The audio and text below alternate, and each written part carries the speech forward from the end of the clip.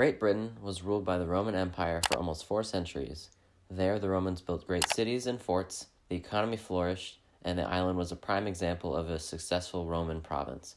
However, in 406 CE, the Roman forts that had protected the island from invasion for so long were abandoned, and the island left undefended. And after this, Roman rule would never return. So, in this video, we will discuss why the Romans left Britain, why they never returned, and what they left behind.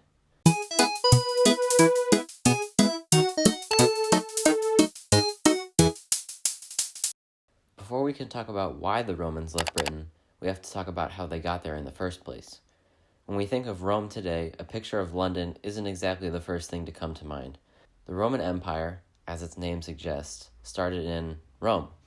Then it slowly expanded across the Mediterranean and eventually bumped into the English Channel. Julius Caesar led a small expedition into Britain in 55 BCE, but it ended in little success. It wasn't until almost 100 years later that a proper invasion was staged against the British tribes. However, even the Roman army had a rough time keeping control of Britain. Raids from the north posed a constant threat to the stability of the newly formed province. To combat this, the Emperor Hadrian ordered that a wall be built. This wall, which today is simply known as Hadrian's Wall, rose over 20 feet tall, with a major fortification every 7 miles, each of which housed between 500 and 1,000 men. The Romans also built smaller forts around the Welsh coastline to prevent naval raids from Ireland. With these defenses in place, the province was able to flourish for almost 400 years.